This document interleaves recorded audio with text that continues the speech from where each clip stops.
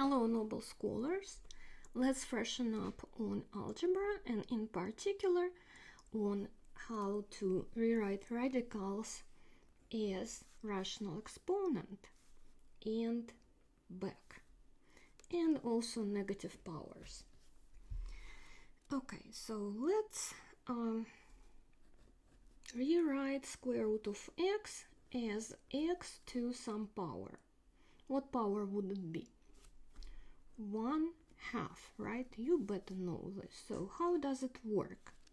If we have a radical, let's say x, and n is the base of this radical, and maybe x is also in some power m.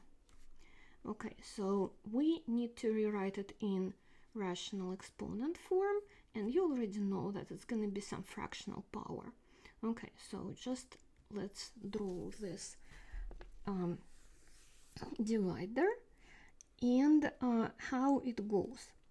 Whatever x is in the power of, it will go to the numerator of this fraction, and whatever we have at the base of the radical will go to the numerator, to the denominator, right? So for example, if we have 7th root of x to the third, it means that it's going to be x to fractional power. 3 is x to the third, it remains to the third, but then we gain a denominator, and that's 7.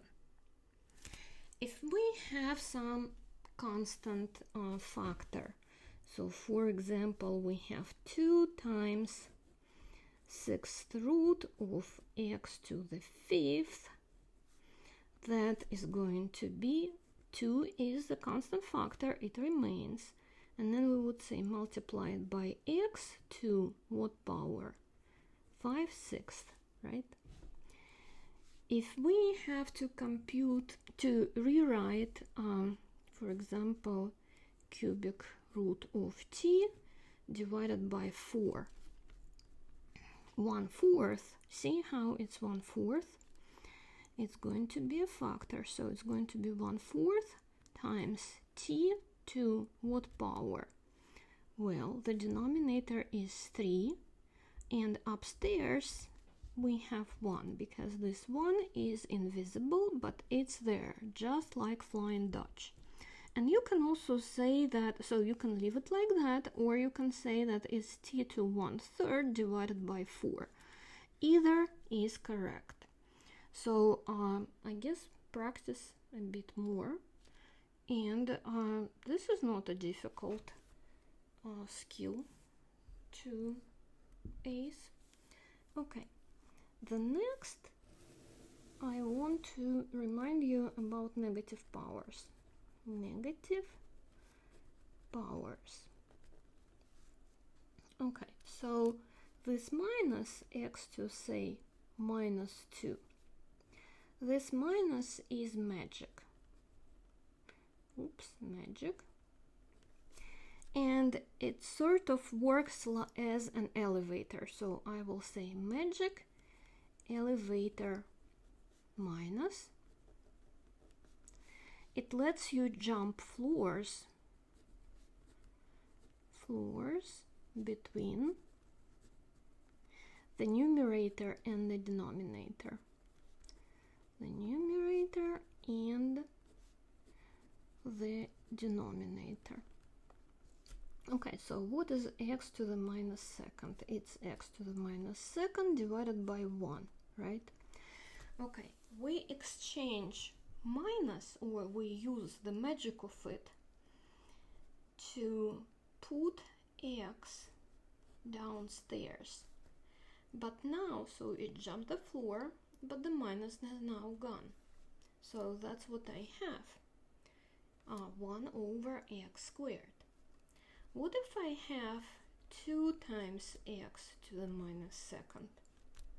The 2 stays, and then I use, because it's not in any negative power, so it just stays, it's just a factor. And then I use the magic minus to jump the floor. And no, basically I want to eliminate the minus, right? Okay. So sometimes you want to keep it and sometimes you want it eliminated. So whatever you need to do, that's how we do it. If we have something like 4 divided by x to the negative 3, now you can see that we have negative power in the denominator, and we can spend this minus to jump the floor, and that is gonna be that same 4 times x to the third. Well, divided by 1 because 1 is left there, but yeah, okay, that's it. So how about let's now make it negative and fractional. So for example, how we would rewrite, maybe I need to move it a little bit and refocus. How we would rewrite, for example, 1 over 6 to the square root of t. Okay, so look, 1/6. So first let's just separate, steak from the flies. So the flies are numbers. So this is a constant factor, 1/6. Okay, so now we have 1 over square root of t. Okay, so it's 1/6 times 1 over square root of t is t to 1/2, right? Okay, now we want to rewrite it with a minus. So we can either keep it like that or, well, it depends what they're asking you. And in this sense, I really want to pack everything into an exponent with negative fractional power. So I will get 1/6 times t to negative 1/2. Okay, let's do something else.